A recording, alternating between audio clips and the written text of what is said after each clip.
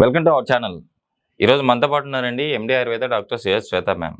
So చాలామంది face పైన నల్లగా మచ్చలు ఏర్పడుతూ ఉంటాయి, అంటే ఫేస్ మొత్తం బ్లాక్గా కనిపిస్తూ ఉంటుంది.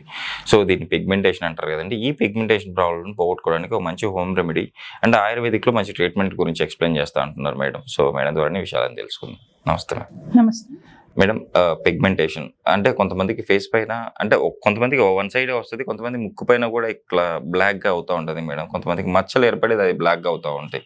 సో దీన్ని ఎలా మనం దీని నుంచి బయటపడాలి? ఫస్ట్ ఏంటంటే కనుక మీరు అడిగే హైపర్ పిగ్మెంటేషన్ ఫస్ట్ దేని వల్ల రీజన్ వస్తుందో తెలిస్తే ఫస్ట్ కాషియస్గా ఉండడం ఇంపార్టెంట్. ఒకటి ఏంటంటే కనుక ఎక్కువ సన్ ఎక్స్పోజర్ ఉండడం వల్ల ఈ హైపర్ పిగ్మెంటేషన్ అనేది ఎక్కువ చూస్తుంటాం. మచ్చలు చిన్న చిన్న స్పాట్స్ అయి ఉండొచ్చు, ఒకే స్పాట్ పెద్దగా ఉండొచ్చు, ముక్కు మీద మీరు చెప్పినట్టు ముక్కు మీద ఇట్లా చెంపల మీద ఎక్కువ ఉండడం, ఇట్లాంటివి కూడా ఉంటాయి.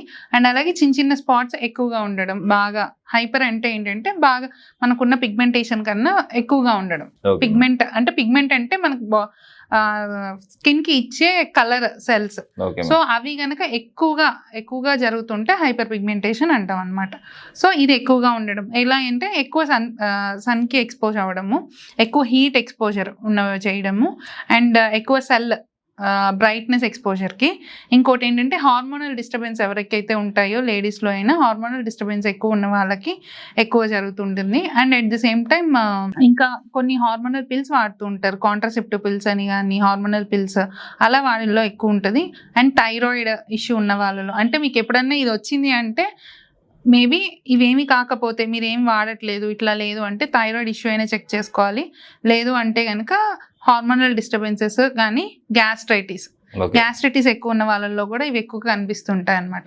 సో ఇట్లాంటి కండిషన్స్ ఏమైనా ఉన్నా రూల్ అవుట్ చేసుకోవాలి.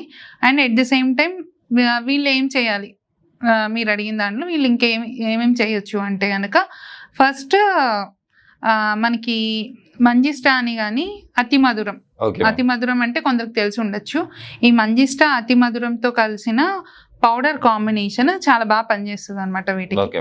సో కాబట్టి అది కనుక మన రేషియోలో మంజిష్టా అతి మధురం, ఇంకా చెప్పాలి అంటే కనుక చందన్, ఈ మూడు కలిపిన కాంబినేషన్ లైక్ మంజిష్టా అది ఫేస్ ప్యాక్ కానీ ఇట్లా కనుక మనం రెడీ చేసుకోవచ్చు. ఆర్ శ్రేష్ఠ ఆయుర్వేద అది మంజిష్టాది ఫేస్ ప్యాక్ అయినా దొరుకుతుంది అనమాట. సో అది కనుక తీసుకొచ్చి మనము ఒక వాటర్ కానీ ఇంట్లో మిల్క్ ఉంటాయి కదా, కాచని మిల్క్ ఉంటాయి, అది కనుక రెండు మిక్స్ చేసుకుని థిక్ పేస్ట్ లాగా అప్లై చేసుకుంటే కనుక రెగ్యులర్గా, అంటే వీక్లీ 3 or 4 times రెగ్యులర్గా అప్లై చేసుకుంటే కనుక నిదానంగా ఫేడ్ అవుట్ అవుతాయి. అండ్ నిదానంగా స్కిన్ కూడా బ్రైటన్ అవుతుంది, చాలా బాగుంటుంది అనమాట.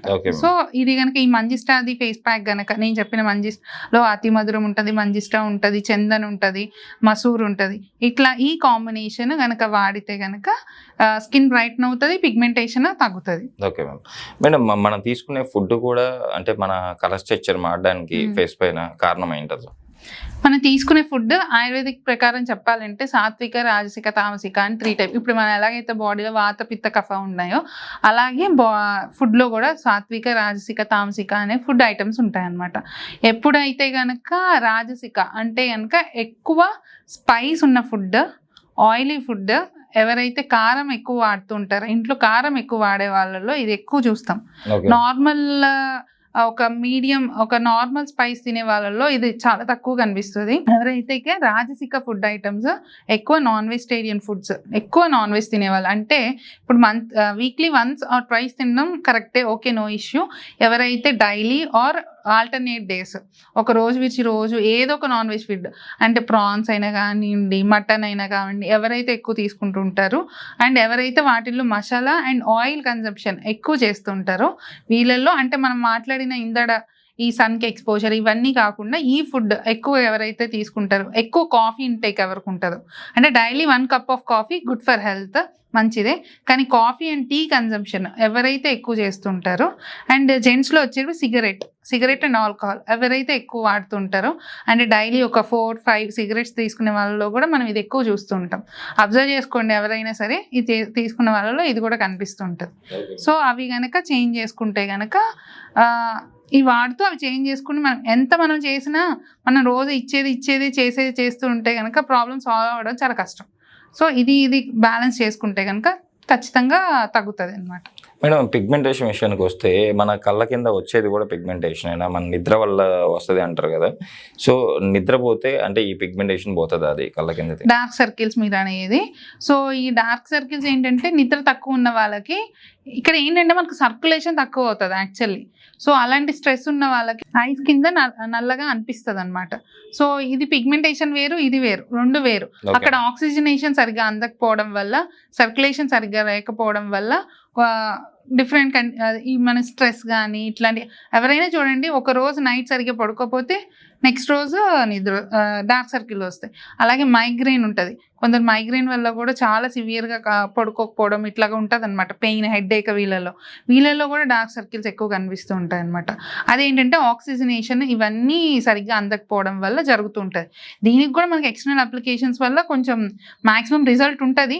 ఒక 60% ఆఫ్ రిజల్ట్ ఎక్స్టర్నల్ అప్లికేషన్స్ వల్ల ఉంటే, మనం పైపూత వల్ల ఉంటే కనుక ఒక 40% మీరు నిద్ర సరిగ్గా పోతూ ఉంటే, కరెక్ట్గా వాటర్ ఇవన్నీ తీసుకుంటే ఒక 40% రిజల్ట్ ఉంటుంది అనమాట. సో ఈ రెండు కంబైన్ చేసుకుంటే కనుక మంచి రిజల్ట్ ఉంటుంది, డార్క్ సర్కిల్స్ కూడా బాగా తగ్గుతాయి. మేడం, పిగ్మెంటేషన్ విషయానికి వస్తే మన అల్లోపతిలో వచ్చేసి పీల్స్ ట్రీట్మెంట్ అని కొంచెం అంటే అది కొంచెం టిపికల్గా పెయిన్ఫుల్గా ఉంటుంది. సో ఆయుర్వేదిక్లో అలా ఏమైనా ట్రీట్మెంట్లు ఉన్నాయా? ఖచ్చితంగా ఉన్న ఆయుర్వేదిక్లో చాలా మెడిసిన్స్ చెప్పారు. వన్య అనే ఒక కాన్సెప్ట్ కింద మనం దాని కింద చాలా మెడిసిన్స్ చెప్పారు. దాంట్లో ఆయుర్వేదిక్ ఫేషియల్ అభ్యంగాస్ ఉంటాయన్నమాట. ఒక 6 steps ఆఫ్ ప్రొసీజర్ ఉంటుంది. దాని ప్రొసీజర్లో ayurvedic navara type of preparation కూడా ఉంటుంది. దాంట్లో నేను మాట్లాడిన మంజిష్ట, ఎస్టీ మధు ఇవన్నీ కలిపి ఒక 45 to 1 hour డిఫరెంట్ స్టెప్స్ ద్వారా మసాజెస్ చేయడము అండ్ నాసల్ డ్రాప్స్ వేయడం కూడా జరుగుతుంది. అది మినిమం ఒక 5 days కనుక చేసుకోగలిగితే కనుక చాలా చేంజ్ ఉంటుంది.